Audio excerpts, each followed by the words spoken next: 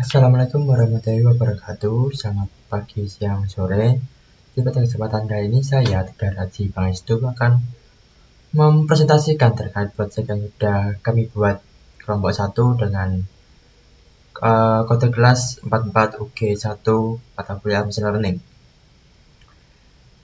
Dengan judul presensi Real-Time Attendance System Using Face Recognition dan disusun oleh Rizky Diwati dan saya. Selalu ada Audi Husain Mustafa, lalu ada Helena Hapsari Nugroho. Lalu apa yang melatar belakangi kenapa kami membuat face recognition atau presensi ini? Jadi teknologi pengenalan wajah atau face recognition berkembang pesat berkat kebutuhan sistem identifikasi yang cepat, akurat, dan aman, berbasis AI dan deep learning. Teknologi ini berpotensi digunakan dalam sistem asistensi otomatis di lingkungan akademik menggunakan metode manual yang rentan terhadap kecurangan seperti titip absen. Jadi seperti kita ketahui sendiri bahwa selama ini absen itu menggunakan teknik tradisional, yaitu tanda tangan menggunakan kertas secara offline. Nah, itu sangat rawan terhadap seperti kasus-kasus titip absen, misal orang yang nggak berangkat tapi menyuruh temannya untuk titipin absen. Jadi sehingga si orang yang nggak berangkat itu tetap di absen. Atau mungkin menggunakan metode sekarang yang digunakan oleh Universitas Dian Sontarudinus, yaitu menggunakan online berbasis aplikasi Syadin mobile, yang mana bahkan itu bisa absen secara di rumah tanpa harus menyuruh temannya buat titip absen. Nah, seperti itulah yang membuat kenapa sih kok kami membuat face recognition untuk absensi ini? Karena untuk menghindari hal-hal seperti itu tadi. Nah, contoh nih, dalam kasus di ITS menunjukkan bahwa 57,1% mahasiswa pernah mengetahui temannya melakukan presensi dari lokasi berbeda. Nah, bahkan di ITS sendiri saja 67% atau mayoritas dari mahasiswa itu memang jadi hal yang lumrah lah untuk mengakali sistem absensi yang ada di perkuliahan di ITS itu. Nah, untuk kami sendiri itu menggunakan solusi yang ini pendekatan menggunakan DELIP untuk deteksi wajah dan CNN untuk klasifikasi yang terbukti efektif bahkan di kondisi sulit dengan akurasi 95%. Jadi dengan pendekatan ini itu diharapkan mampu untuk meningkatkan efisiensi, mengurangi kesalahan, pencatatan, dan mendorong budaya akademik yang jujur. Jadi dengan bantuan DELIP untuk deteksi wajah dan CNN untuk klasifikasi, itu bisa mengenali seorang yang sudah terdaftar sebelumnya, sehingga dia itu tidak perlu absen secara tradisional, tidak perlu absen secara online, melainkan wajib datang dan meng-scan wajahnya di depan kamera di saat kelas nanti. Nah, untuk tujuan penelitian itu merancang sistem asistensi otomatis yang mampu mengenali wajah mahasiswa secara real-time, menggunakan DELIP untuk deteksi wajah, dan CNN untuk klasifikasi identitas, lalu ada menyimpan data pikiran secara otomatis dalam basis data yang terstruktur. Sini manfaat penelitian, tentu untuk institusi itu yang mengurangi titip absen, lalu untuk dosen permudah monitoring dan rekapitulasi kehadiran, lalu untuk mahasiswa pasti untuk absen itu menjadi lebih cepat karena tidak perlu kayak buka mobile, tidak perlu buka smartphone ataupun tidak perlu tanda tangan secara manual. Nah, jadi mahasiswa cukup scan di depan kameranya saja. Lalu ada penelitian terkait, terus ada kajian teori. Ini untuk kajian teorinya itu face recognition untuk mengenali identitas lewat itu wajah, DELIP tadi untuk deteksi wajah, lalu CNN untuk mengekstrak dan mengklasifikasikan fitur wajah. Ini kerangka teorinya gabungan DELIP. Jadi penelitian itu menggabungkan DELIP untuk deteksi wajah real time dan CNN untuk ekstraksi serta klasifikasi fitur wajah. Nah, jadi mungkin saya jelaskan di sini sekali atau di sini jelas. Nah, jadi secara teori itu tuh kerangkanya tuh kayak wajah itu deteksi dulu menggunakan DELIP. Nah, itu nanti di cropping. Nah, nanti dioper ke CNN untuk diekstrak menjadi vektor. Nah, lalu si vektor tersebut dibandingkan satu sama lain apakah sama atau tidak. Nah, secara dari dasar itu seperti itu. Nanti akan saya jelaskan lebih rinci lagi. Nah, untuk alur metodologi itu seperti ini. Jadi yang pertama itu ada data collection. Kami mengumpulkan dataset itu karena anggotanya kami itu ada 4. Jadi kami membuat dataset sendiri dengan bantuan situs RoboFlow. Nah, datasetnya sendiri itu ada di sini. Oh, data collection itu karena kita butuh untuk melatih CNN data collection-nya ini. Jadi kita datasetnya itu membutuhkan beberapa gambar, beberapa orang, dan satu orangnya itu atau satu labelnya itu tuh memiliki banyak gambar. Misal saya nih, labelnya kan Tegar. Nah, itu punya banyak gambar.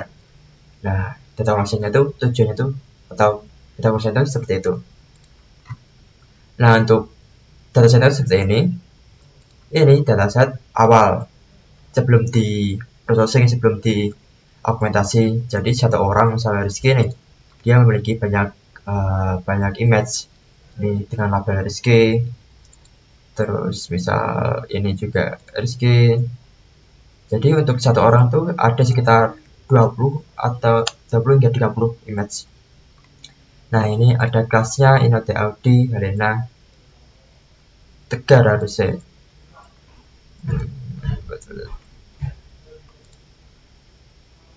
Nah, ini Tegar. Kenapa ini tidak ada? Saya tidak tahu. Mungkin karena filtering atau gimana. Tapi pada intinya itu ada 4 label ya. Ini saya, Helena, Rizky, dan Audi. Nah, ini sebelum di pre-processing. Nah, data collection itu tadi di annotation menggunakan RoboFlow dengan bantuan RoboFlow. Lalu ada splitting data. Jadi untuk splitting data itu kami beda-beda tergantung augmentasi atau tidaknya. Jadi kalau di augmentasi itu, kalau unaugmentasi itu dia ada di 70%, 15 dan 15. 70 untuk training, 15 untuk valid, dan 15 lagi untuk tes. Nah, itu sebelum di augmentasi. Lalu ada yang namanya pre-processing. Jadi pre-processing itu kami menggunakan auto orient, terus resize jadi 60-60, dan auto adjust contrast.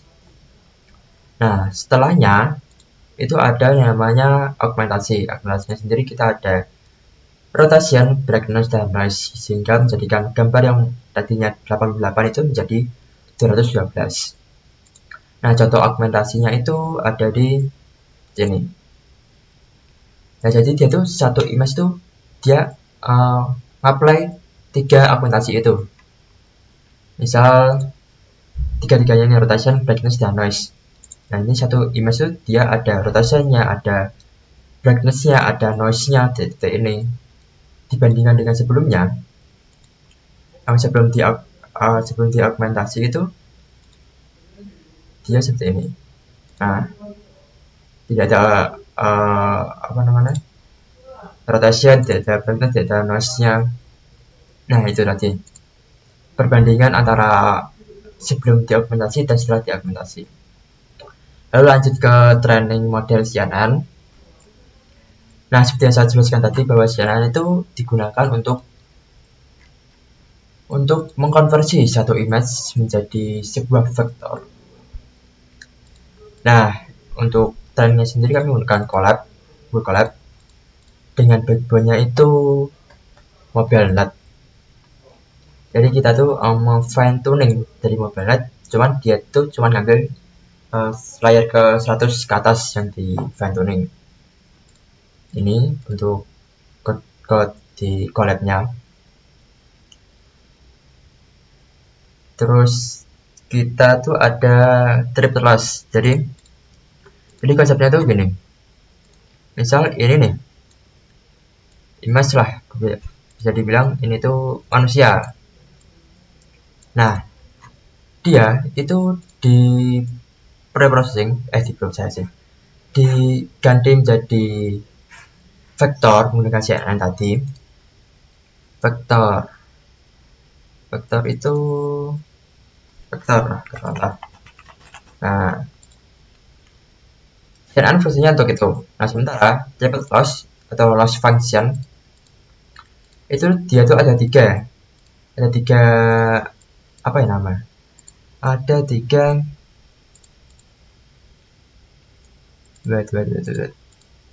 ada tiga inputan, yaitu ada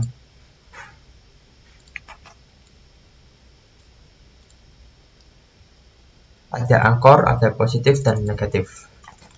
Ini angkor, ini positif,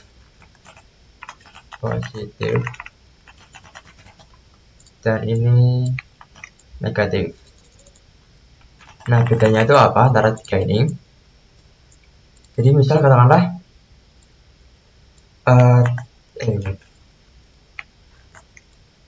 katakanlah ada dua orang, ini bisa dibilang tiga.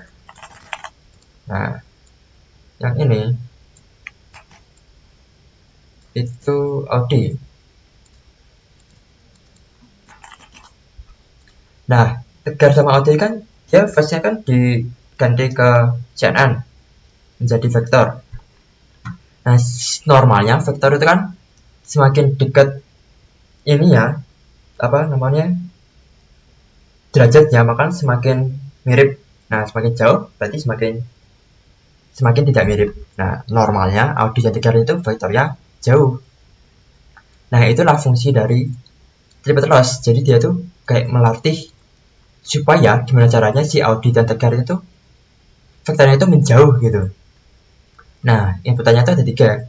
Anchor, bisa dibilang contoh anchornya Tegar. Ini Tegar. Nah, positifnya kan harusnya kan Tegar, dan negatifnya harusnya Audi. Positif itu sama, orang yang sama, dan negatif itu orang yang beda. Nah, cuman anchor dan positif ini tuh gambarnya beda. Misal anchor saya di sini nih. Nah, positif saya pakai kacamata dan di tempat yang berbeda. Nah, itu kan orangnya sama. Meskipun gambarnya beda, orangnya sama. Nah, harusnya vektornya juga tetap mendekat karena orangnya tetap sama. Nah, berbeda jika Tegar dan Audi, seharusnya vektornya tuh benar-benar menjauh. Karena emang benar-benar beda orang gitu. Nah, fungsi dari vektornya itu. Jadi gimana caranya? Kita itu mendefinisikan CNN, mendefinisikan vektor yang di-convert oleh CNN itu menjadi sebuah vektor yang memiliki arti. Kayak misalkan kalau image ganti vektor doang kan kayak nggak ada artinya, lalu apa gitu. Terus lanjutannya apa? Nah, vektornya itu membuat agar si vektor-vektornya itu bisa digunakan. Misal ini bisa digunakan, misal beda orang, berarti vektornya itu jauh. Kalau misal sama orang, berarti harusnya dekat meskipun image-nya beda. Nah, kurang lebih itu kayak gitu. Nih, itu ada anchor positif dan negatif. Jadi ini tuh dilatih agar triple loss-nya, agar CNN-nya itu bisa mengenali lah gitu. Nah, triple scan itu tuh dia tuh semacam fungsi buat misalnya dataset ini. Nah, dataset ini kan masih belum didefinisikan anchor positif dan negatifnya. Nah, si triple scan-nya ini mendefinisikan mana yang masuk ke anchor, mana yang masuk ke positif, mana yang masuk ke negatif gitu, berdasarkan label-label yang ada di sini.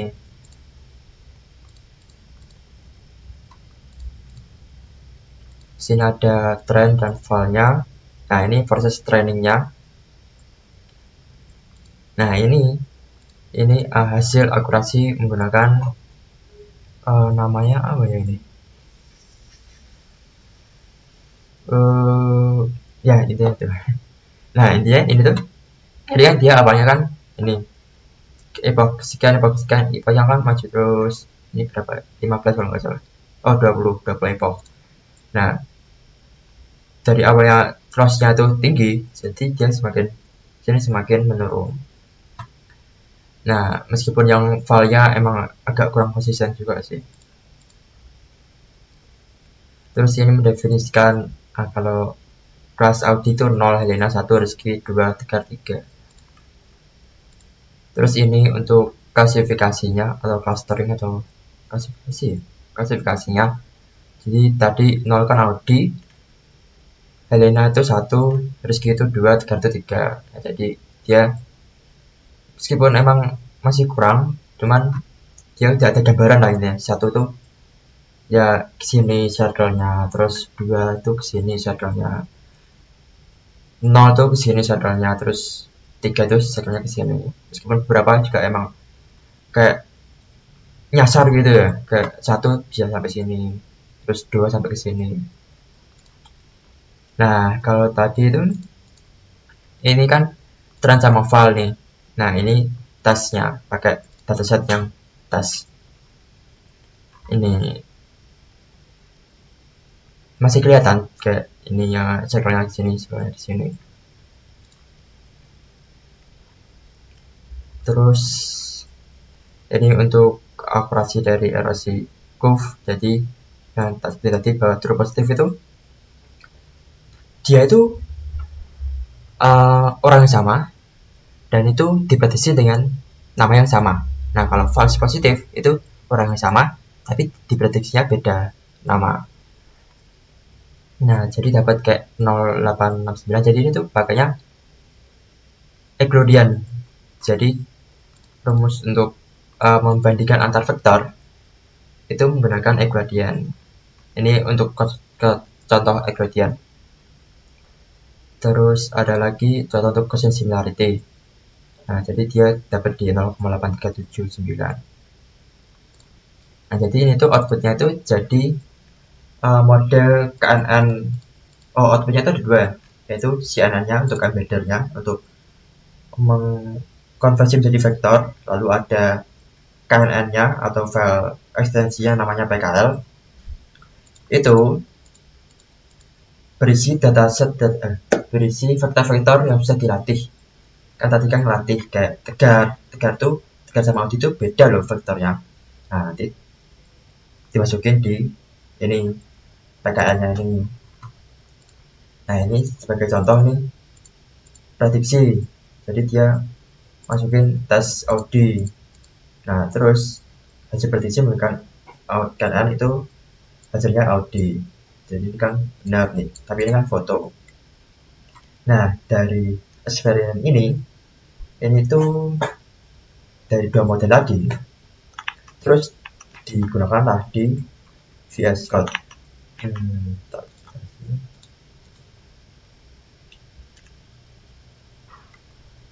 Ya, kita menjelaskannya ini.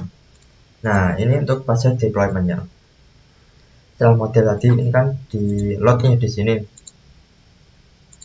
ada embedding. Nah, itu saved model formatnya karena mau menyesuaikan dengan TensorFlow. Ini namanya TensorFlow. Jadi sebelumnya itu pakai ekstensi H5, cuma tuh ada lambda di layarnya, jadi dia nggak bisa diterapin di TensorFlow. Nah, maka dari itu solusinya yang paling aman itu pakai ini model kayak folder gini lah. Terus ini ada model untuk KNN-nya. Oke, ini mungkin agak lama sih ya, cuman tak ringkas-ringkas saja. Nah, jadi yang ini untuk import seperti biasa kayak CSV, nanti tak jelasin lebih lanjutnya. Untuk Tkinter, nah kita tuh pakainya gunya Tkinter. Nah, terus ada keras, ada TensorFlow dan lain sebagainya. Nah, yang pertama itu ada load models. Ini untuk load model yang udah di training sebelumnya, udah di training di sini. Itu kan ada dua, saved model dan kanan model. Nah, terus ini tuh untuk inisiasi absensi. Jadi ini itu folder-folder yang sudah terabsensi. Misal gini aja lah. Misal ini nanti tak jelasin secara menyeluruhnya. Cuma ada intinya tuh dia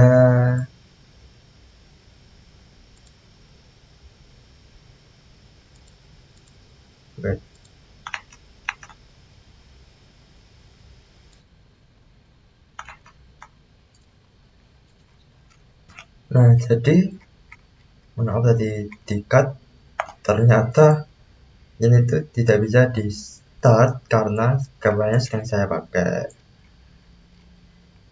Ini tidak bisa di start karena ya gambarnya sedang saya pakai gitu.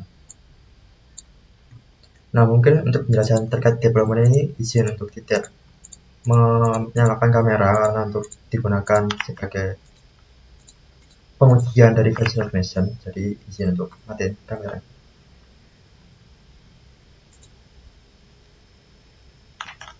Nah, jadi lanjut ke pembahasan yang tadi.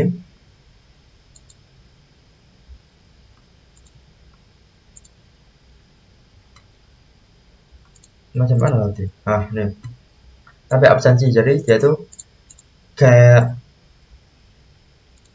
membuat absensinya tuh kita tuh diletakkan di CSV. Jadi ketika seorang itu dikenali, maka dia itu akan otomatis masuk ke CSV-nya. Jadi itu untuk inisialisasi. Jadi misal dia itu menggunakan folder absen. Jadi jika folder absennya itu belum ditemukan, maka dia itu bakal membuat folder absennya.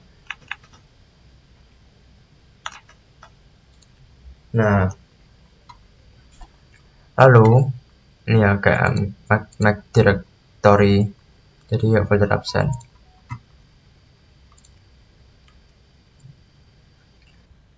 Terus ini tuh untuk processing image. Jadi kami itu menggunakan processing yang pertama itu dari SAS menjadi 2020. Lalu image itu diganti ke array untuk bisa dikenali oleh TensorFlow atau keras. Nah, lalu ini itu tuh agar inputannya itu bisa sesuai dengan formatnya MobileNet.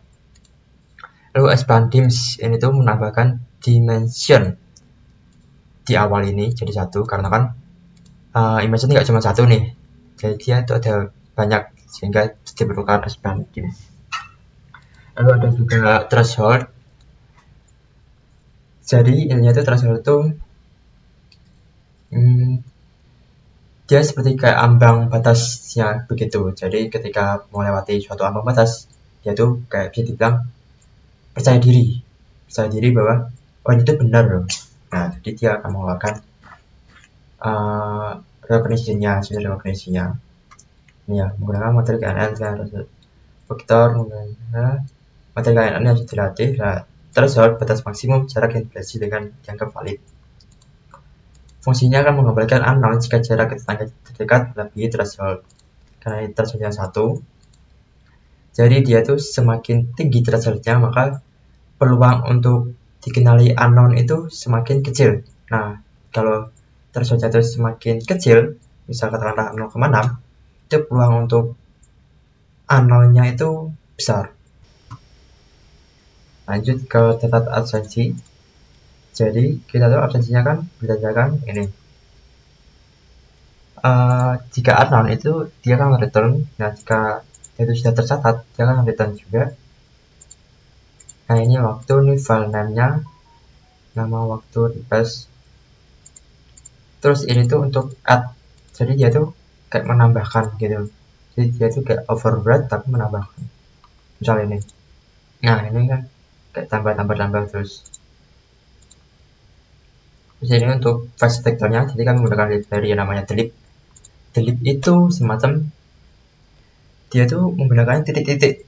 Jadi ada berapa titik saya lupa, sebetulnya 12 titik. Nah, jadi dia emang delete tuh bisa dibilang kayak jagonya lah di hal-hal kayak fast gitu.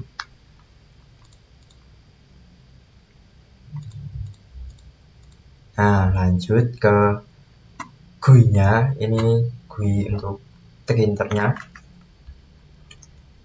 Seperti biasa ini root, title, sistem asumsi wajah. Nah, saya run dulu. Root, title, terus geometri, bla bla bla, terus labelnya yang ada di atas itu. Terus ini backgroundnya, terus ini padding vertikal.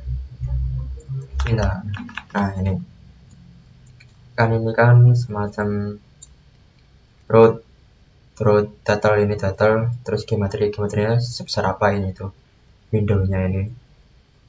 Terus ada label padding vertikal, yaitu vertikal habis itu horizontal, jadi paddingnya itu 10. Ini ada jaraknya. Terus frame root bd width, nah ini tuh dia tuh bakal, ini tuh gimana ya jelasannya, dia tuh main frame, nah tapi dia tuh di bawah root, nah sehingga ketika dia flip board, nah dia tuh bakal melebar ke samping kiri kanan, melebar ke atas bawah untuk mengexpand, untuk mengisi dari rootnya itu. Jadi ini tuh frame-nya lah.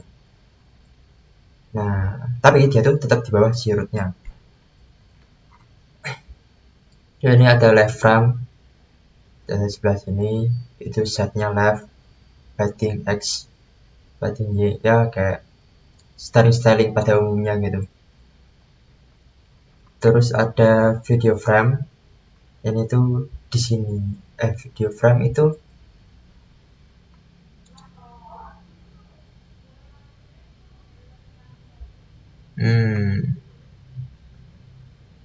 nah dia tuh di sini video frame. Terus ini ada button Y, terus ada start kamera.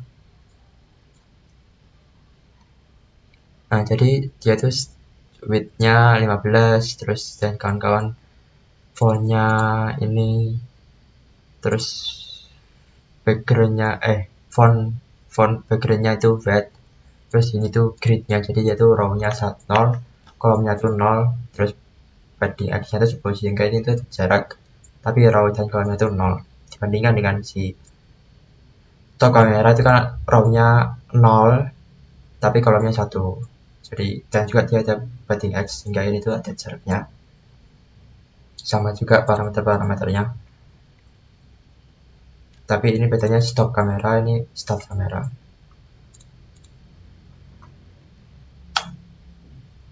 Nah ini tadi untuk frame-nya. Terus ini absen label, itu frame webcam-nya. Misalnya start kamera, nah absen labelnya kan ada di sebelah kanan ini. Oke. Nah dia ada teksnya ini, terus background-nya ini.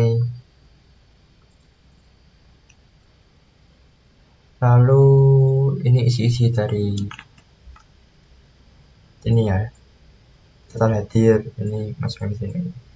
Terus berarti ini pakainya list box, jadi itu bakal nambah secara otomatis ketika ada orang lain yang terdeteksi atau dikenali. Terus ini start kamera, fungsi untuk start kamera, jadi kami pakainya tuh computer vision. Pokoknya OpenCV seperti biasa, OpenCV.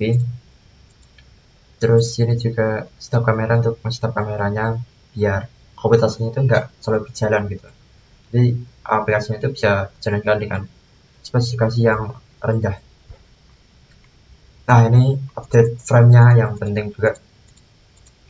Jadi dia itu mengkonversi menjadi gray, jadi hitam putih, karena agar komputasinya lebih ringan dan lebih gimana ya, lebih mudah untuk dikenali gitu, karena dia tidak ada gangguan yang lain. Nah ini untuk flash detectornya pakai delete, tadi sudah dijelaskan juga. Nah ini tuh pojok kiri dan pojok bawah, jadi dia tuh apa ya namanya, kayak mendefinisikan yang pojok kiri bawah mana, yang atas kanan bawah mana, kanan bawah, misalnya ini kiri, nah terus ini, jadi X itu ini, X2 Y2 itu ini, face left top ya, terus ini right bottom, jadi face top ini kan berarti kan sini, terus right bottom kan berarti sini.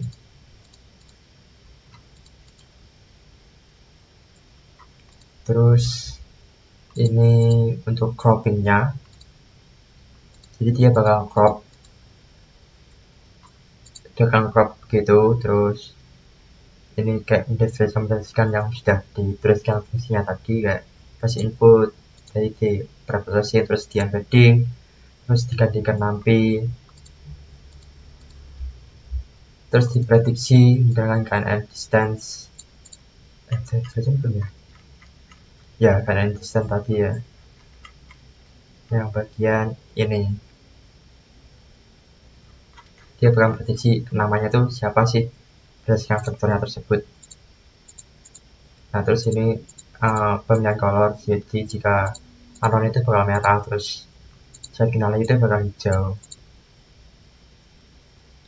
Terus ini diganti lagi menjadi RGB BGR to RGB karena perbedaan format antara OpenCV dan Tkinter. Di Tkinter itu pakainya RGB, jadi sehingga harus diganti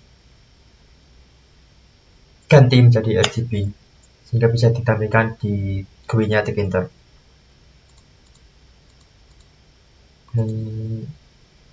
Terus ini untuk update absen list. Jadi tadi ya kalau update terus, misalnya sampai Audi, nah jadi dia bakal update di sini.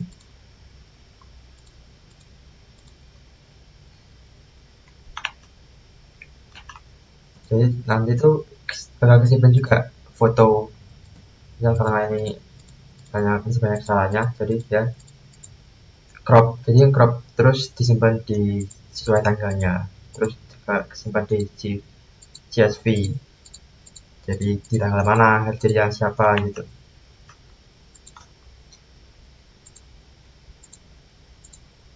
Nah terus kita lanjut ke PPT-nya. Ini metodologi seperti biasa, data preparation.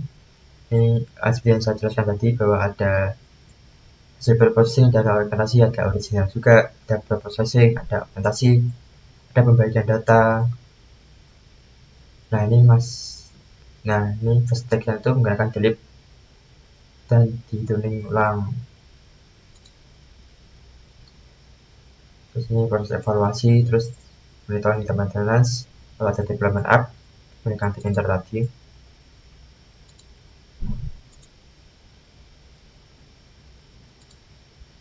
Jadi ini untuk model dan evaluasi, ini tuh menggunakan modelNet V2 plus dapat loss untuk menciptakan embedding 128 dimensi.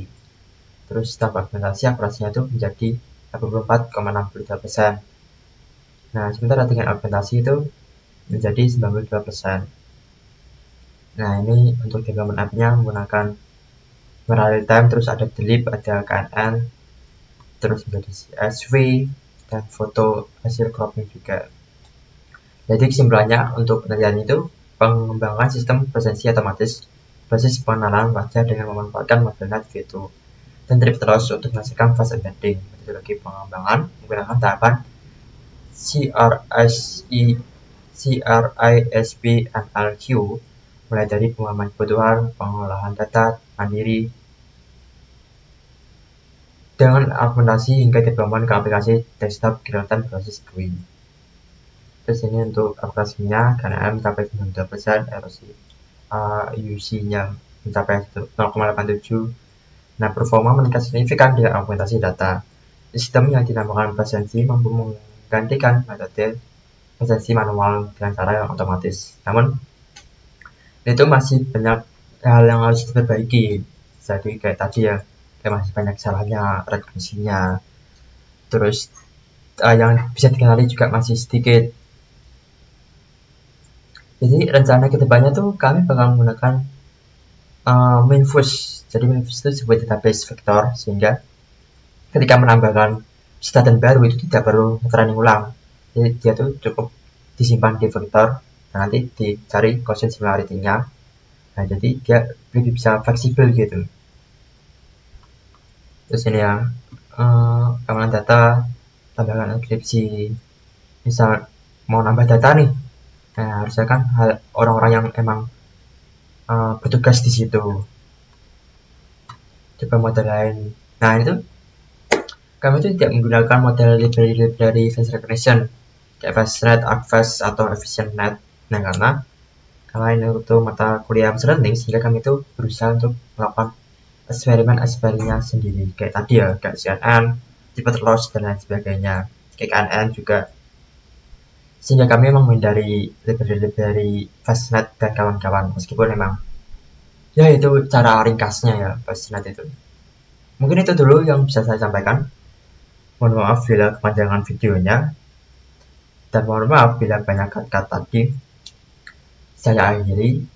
Terima kasih. Wassalamualaikum warahmatullahi wabarakatuh.